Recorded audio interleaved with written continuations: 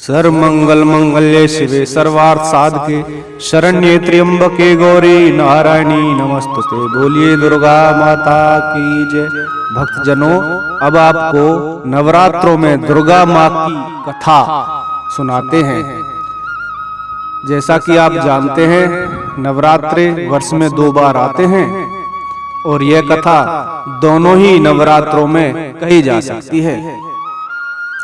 नवरात्रों में माता दुर्गा की सप्तशती के पढ़ने का विधान है।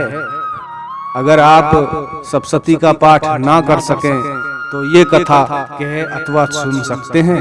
9 दिन पाठ के पश्चात हवन तथा ब्राह्मणों को भोजन कराना होता है। माँ दुर्गा की नवरात्रों की कथा इस प्रकार है। प्राचीन काल में एक सुरथ नामक राजा थे। इनकी उदासीनता से लाभ उठाकर शत्रुओं ने इन पर चढ़ाई कर दी। परिणाम यह हुआ कि मंत्री लोग राजा के साथ विश्वासघात करके शत्रु पक्ष से मिल गए। इस प्रकार राजा की पराजय हुई और वे दुखी तथा निराश होकर तपस्वी वेश में वन में निवास करने लगे। उसी वन में उन्हें समाधि नाम का एक वणिक मिला, जो अपने स्त्री पुत्रों के दुर्व्यवहार से अपमानित होकर वहां निवास करता था। दोनों में परस्पर परिचय हुआ। तदनंतर वे महर्षि मेधा के आश्रम में पहुंचे। महामुनि मेधा के द्वारा आने का कारण पूछने पर दोनों ने बताया कि यद्यपि हम दोनों स्वजनों से अत्यंत अपमानित तथा तिरस्कृत हैं, फिर भी उनके प्रति मोह नहीं छूटता। इसका क्या कारण है?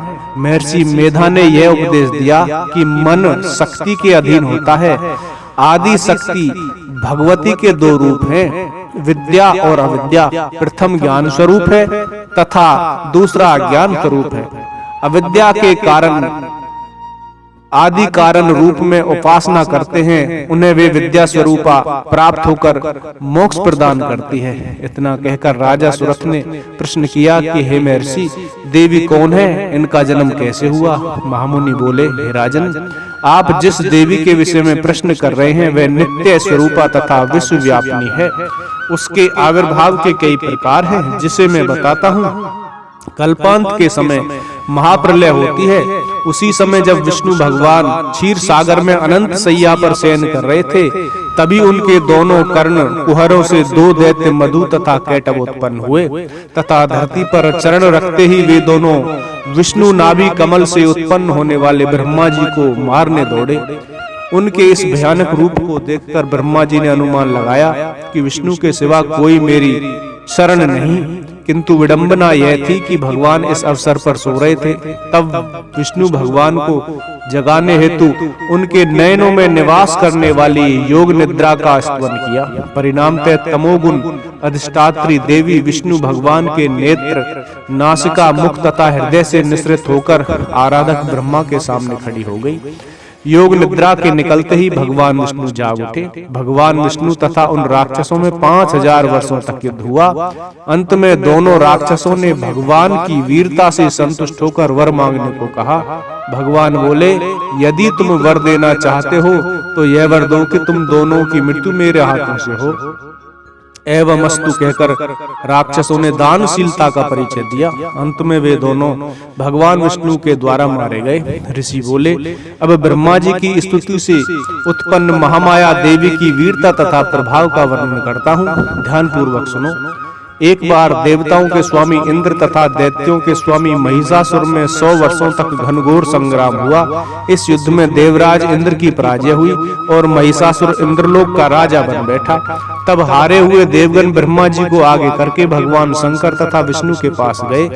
देवताओं की इस निराशापूर्ण वाणी को सुनकर विष्णु तथा शंकर को महान क्रोध आया।